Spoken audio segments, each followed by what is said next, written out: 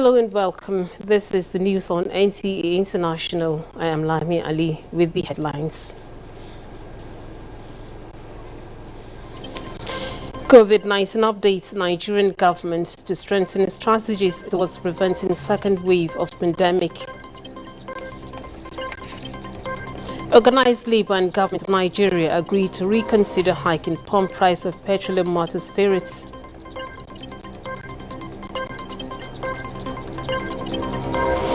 Senator Dume regains freedom. Nigeria's Supreme Court reaffirms judgments on Ogoni oil spillage.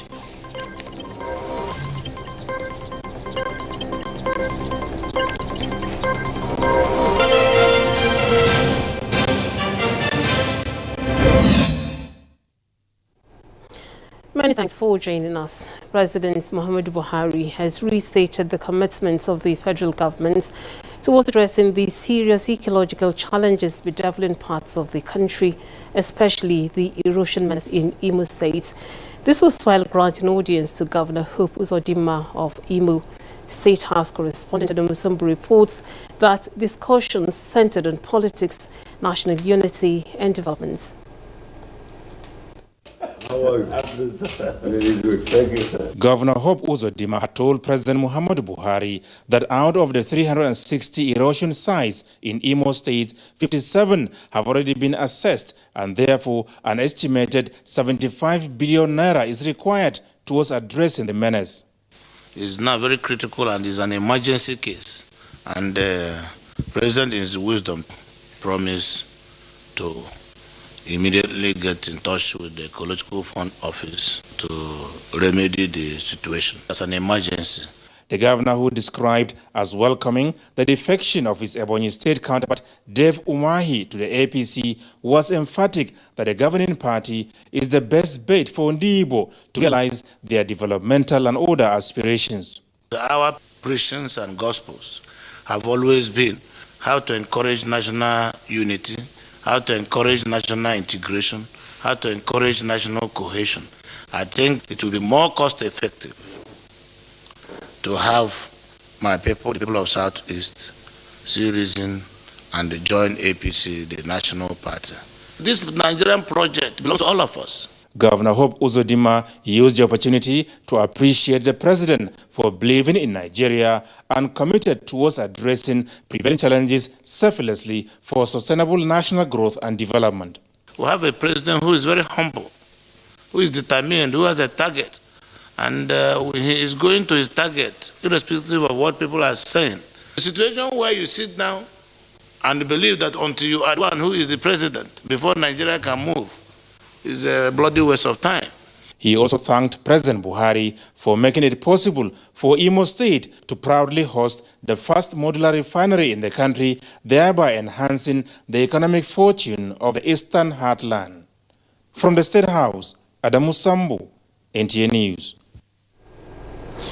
Broadcasting organizations in the country have been called upon to rise above board by projecting national issues from a positive point of view, rather than allow foreign media organizations take the lead and plunge the country into crisis. Information and Culture Minister Lai Mohammed made the call at an interactive session with members of the Broadcasting Organization of Nigeria in Abuja. Anthony Forson reports. The meeting is coming on the heels of the NSAS protest and the position CNN took. The Information and Culture Minister, Lai Mohammed, said Nigerian media organs have a greater stake in the country and can do better, hence the need to brace up. But the big lesson to draw from CNN's FOPA is that it magnifies the failure or inadequacy of our own broadcast organizations. In the wake of our spat with CNN, people are asking, why didn't our own broadcast stations take the lead in reporting the incident at Lekki? Why didn't they take the lead in presenting an authentic narrative? Why must we allow the foreign broadcast stations, some of which didn't even have correspondents on ground, to dictate the pace or the narrative? The minister disclosed that CNN, for now, in his words, is grasping at straws in desperation to justify its inaccurate and unbalanced investigation. But in the process, it is sinking more and more into professional infamy. Yesterday, November 26th, in the clearest indication yet of its confusion over the Lekki toll gate incident, CNN tried to clarify its tweet for October 23rd by saying it never attributed the death toll of 38 to Amnesty International, and that the tweet also did not make it clear that the death toll was for protests across the country. Again, the minister said commentators on one hand have constantly redirected CNN to their tweet. For the bond members, having applauded the interaction with the minister, called for more of such interactions and expressed sadness over the fine placed on some organizations. Others equally pointed at a possible extension on waivers and tax reliefs by the NBC. It is expected that the bond members, in their review of the NSAS protest, will come up with a guide for their members to comply with. In Abuja, Anthony Forson, NTA News. Now, 2020 has been a challenging year for the Nigeria police force, with rising cases of insurgency, banditry, abduction, robbery, cultism and other criminal offences. And to keep track with these national security situation and re-strategize for effective policing, top police officials are meeting to review the operations. Correspondent Francis Fom has the details. Leadership we have been providing at the field level and other formations were made giant strides in our drive to guarantee a stable security order in the country. This is the last strategic meeting of the Nigeria Police in 2020. The agenda is to evaluate the progress made and chart a way forward for a vibrant and civil-related policing. We should note that the ever-increasing complexity of crime, as well as the evolving activities of subversive elements, will continue to test our professional competency. I'm confident in your ability to work with other security agencies in ensuring that the country remains safe. Mr. President is very much... Minister of Police Affairs encouraged officers to initiate deliberate ways of surmounting security challenges facing the nation. We thank you for your diligence. We thank you for your commitment. And I want to urge you to continue to do more. We want to urge you to continue to be more committed to the cause of the country and to continue to ensure that we maintain peace and security of the country. The minister assures the force of government's commitment to equipping the police with modern technology to combat crime. In Abuja, Francis Fom, NTA News. To the judiciary now, 5 days after he was remanded at the Kuje Correctional Center, the Federal High Court in Abuja Friday granted Senator Alindume bail. The court ordered Dume to deposit his international passport to the Chief Registrar pending the determination of his appeal. Also, the court held that Dume must sign an undertaking that he would, within 10 days, compile and transmit the record of proceedings to the Court of Appeal. Dume, who represents Borno South Senatorial District, was remanded in prison custody over his failure to produce the former chairman of the defunct pension reform tax team, Abdurrashid Maina, whom he stood surety for. And the Supreme Court has again ordered Shell Oil Company of Nigeria to pay compensation to the community in Ogoni land for the oil spill, which destroyed the ecosystem. The Apex Court reaffirmed an earlier judgment which it had passed in January 2019. Femi Okewo reports. For 31 years now, some communities in Ogoni land of Rivers State have been in court seeking compensation over the oil spillage that has polluted their environment occasioned by the operations of Shell. At each level of the Nigerian judicial system, the communities have won their cases of 72 billion naira compensation. On the 11th of January 2019, the Supreme Court upheld the judgment of the lower court, only for Shell to again return to the Apex Court this year, asking for a reversal of that judgment. The Ogoni communities, in a preliminary objection through their counsel, pressed the Supreme Court to throw out the appeal as it constituted a desecration of the finality of the land's Apex Court. In a judgment presided over by Justice Bode Roth-Vivor and written by Justice Chima Nweze, the Supreme Court upheld the preliminary objection and reaffirmed its earlier judgment of the 11th of January 2019, ordering Shell to pay compensation to the Ogoni communities. The judgment sum as at today, with interest running, is in the neighborhood of 182 billion naira. The judgment itself now executory because a garnishee order absolute has been issued. The communities will now embark on steps to take benefit of the Supreme Court judgment. In Abuja, Femi Okeowo, NTA News.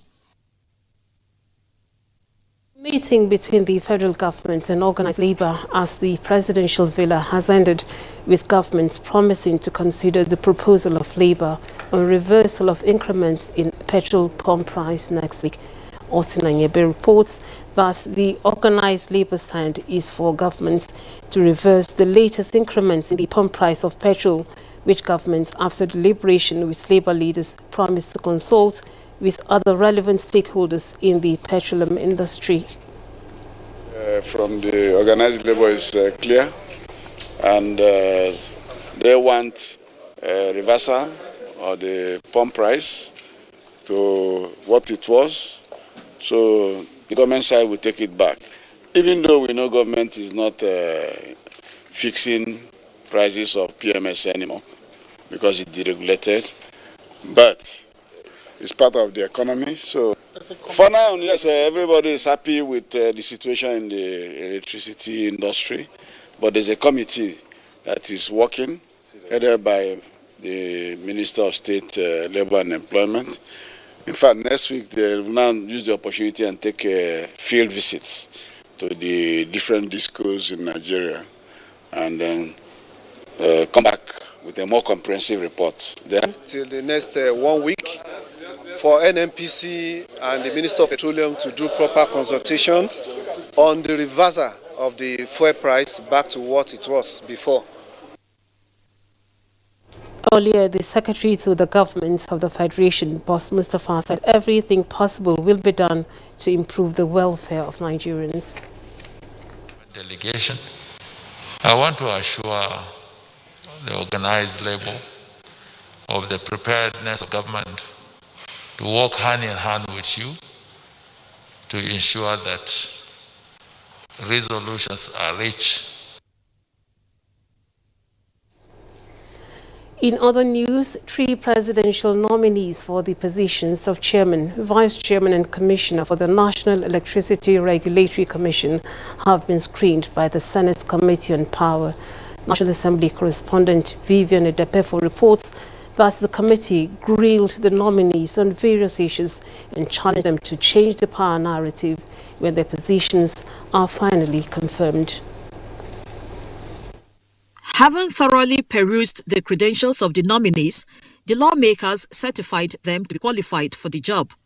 They are mindful of the task ahead, as they highlighted some of the challenges of the sector, to include fluctuation of megawatts generated, inadequate power distribution and metering system, high tariffs, as well as underutilization of renewable energy option. The issue of making the sector liquid is very dramatic.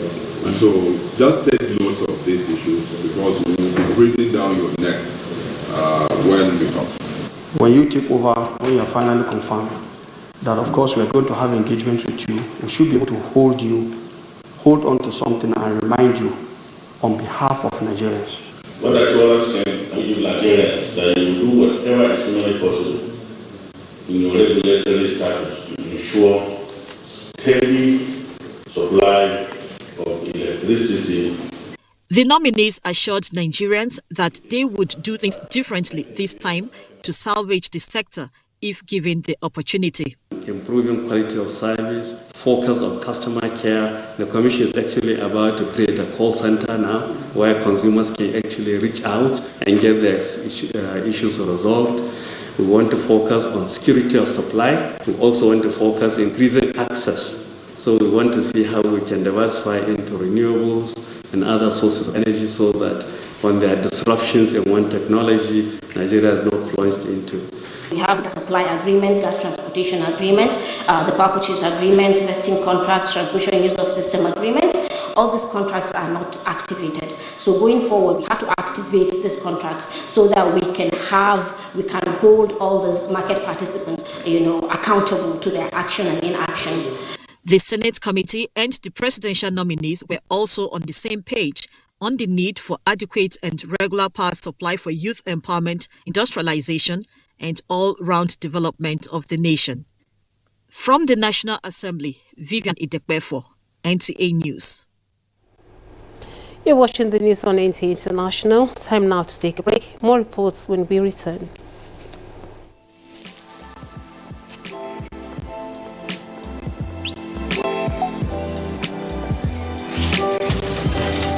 Hey beautiful, your eyes, your smile are all begging me to take you home tonight.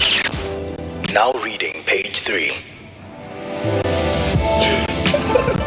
Experience unlimited super-fast internet access from Entel 4G. Entel. Live more.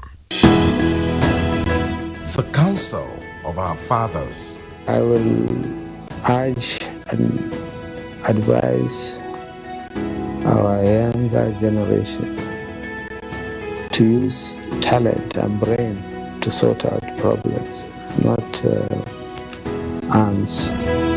Nigerian youths, let's build our nation together.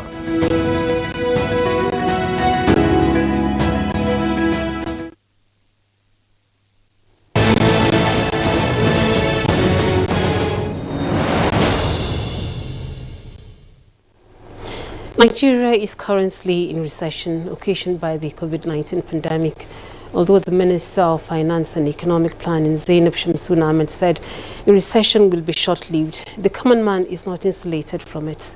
To speak on this and other related issues is Ahmed Bawa Bello, a professor of accounting, Dean, School of Management and Information Technology, Modibo Adamo University of Technology in Yola. Professor Bawa, you're welcome to NTA International. Good evening. Thank you. It's a pleasure having me. Now, let's begin this way. How different is this recession from that of 2016? Well, thank you. Before then, let me say that he's a former Dean, School of Management of Information Technology. So, this is quite different from the previous recession that we had in 2016, in the sense that it is the outcome of the pandemic that led to lockdown. That lockdown brought about total shutdown in the economy, not only Nigerian economy but globally. This has affected the two major variables that affect the Nigerian economy. That is the production of crude oil and the sales of crude oil. We have two things that you say. When the volume of production goes down, you automatically know that the major earner of foreign exchange will be affected. When also the price is going down, so you have two impacts: the price of the crude oil and also the production of crude oil. So that has brought a lot of stress. In addition to that, our productivity has also gone down. A lot of people were unable to go back to the farm. Factories were closed down, and so many other things have affected the economy. As a result, we naturally expect this will happen. In fact, we have to commend those that handle the economy. We expect it would have been much worse than this, but because of the policies that have been put in place, we have recovered the shock. If you look at other countries, they are yet to achieve the level with which we have achieved. All right, it wouldn't have been possible for us to be able to pay our salary. All right, but let us get to the level of society now. What is the effect of the recession on the common man? It's obvious. The major impact is hunger. The insecurity we have cannot be unconnected to the recession that we are having. The rate of unemployment is growing by the day. If you look at the rate of inflation that is going up now, it's crazy, and it's a direct impact of the lockdown and that brought about the recession. When you look at the prices of foodstuff, we've been crying here and there to the extent that some people were so stressed up that are calling for government to start importing. But I think the government did the right thing by not importing food, in the sense that the timing would have been very, very bad for the country. Why do we say so? Because from October, November, this is a period that we are harvesting. So by the time you import food into the country, what is going to happen is going to crash down the price of product or food that were produced internally, and therefore it will cause a serious problem to the farmers, and it will discourage people from farming next season. This was a good decision taken by the government by not doing that, and naturally you don't expect to achieve, you don't expect to enjoy without some level of challenges, difficulties. As an example is, if you want a good road, you must bear the difficulties of the construction, all right, the dust and so many other things. So the impact, as I have said now, unemployment, hunger, insecurity, and the inflation that we are having. Now, and as you can see, it will also hit on the exchange rate of the country. Yes, government has rolled out several strategies. Now, how effective, in your own opinion, are these strategies, especially for small and medium enterprises? Well, the policies have been fairly effective, but we will say that we could not see proper coordination of the activities, the institutions that are supposed to execute what is supposed to be done. What we have seen are the fallout of the NSAS program, where you could see that a lot of places, food that were provided for, and other items that were provided for palliative could not reach the target or intended people, the low common man. So it's as a result of coordination problem. They are unable to coordinate to ensure that things that are supposed to get to the people are getting to the people. Loan facilities, palliatives in terms of salary that is going to be paid to small-scale industries or small-scale businesses. We have not seen that. It has not come yet. So this has reduced the possibility or the level at which we expect to see the changes, even though, as I have said, the achievement is fairly commendable, but we need to see more from the government, particularly in ensuring that the people get what is required from the government. We thank you for sharing those insights with us, Professor Rada. Thank you so much. I've been speaking with Professor Bawa of Modibo Adama University of Technology in Ula, Adamawa State. Now to other news. Federal government says it will continue to strengthen existing strategies towards prevention of COVID-19. That is the second wave in Nigeria. Minister of Health Dr. Sage Hanuri said this while receiving delivery of another batch of COVID-19 non-pharmaceutical supplies to boost capacity response against the virus from the National Lottery Trust Fund. Abubakar Usman Akwanga has the details. Another consignment of personal protective equipment to tackle COVID-19 is being delivered. This is from the Nigerian Lottery Trust Fund to the federal government. These objectives are in tandem with President Muhammadu Buhari-led administration's commitment to eliminating the deadly virus from our society at once. It is an intervention that the federal government emphasized is needed to fight against the pandemic, and collaboration with all stakeholders is seen as a way of stopping another phase of economic and social losses occasioned by COVID-19 lockdown. COVID-19 remains very virulent and a dangerous pandemic, and the World Health Organization statistics show that more cases of COVID-19 have been reported in the past 4 weeks. Government hopes that the facilities will be put to proper use for the benefit of the people of Nigeria, particularly at this critical time. With the donation of PPEs to selected health facilities in the 6 geopolitical zones of the country by Lottery Trust Fund, experts insist observation of safety protocols remain key. The continued intervention is a pointer to the fact that COVID-19 has come to live with humanity. But with the right attitude, the curve can be flattened and the mental depression connected with the virus could be effectively managed. In Abuja, Abubakar Usman Akwanga, NTA News. UK health regulator to assess the AstraZeneca vaccine, marking a first step towards rollout. Donald Trump indicates readiness to leave the White House if Joe Biden is confirmed by the Electoral College. Over now to Justin Bemuyi for details on Global Update. The UK government has announced a significant first step in getting the AstraZeneca vaccine approved for deployment. On Friday, it formally referred AstraZeneca's experimental vaccine candidate to the UK's medicines regulator for assessment. The British-Swedish drug maker is developing the vaccine in conjunction with the UK's Oxford University. If it gains regulatory approval, the UK will be one of the first countries in the world to receive it, according to the country's Department of Health and Social Care. In the meantime, the Director of Africa Centers for Disease Control and Prevention, John Kengasung, has confirmed that the widespread campaign to distribute COVID-19 vaccines in Africa will likely only begin in the second quarter of next year because of challenges around accessing vaccines and preparing countries for their distribution. And from the records as indicated on the Worldometer dashboard, global cases of COVID-19 have now surpassed 61 million. Just as the Nigeria Center for Disease Control says, the country now has 66,974 cases confirmed.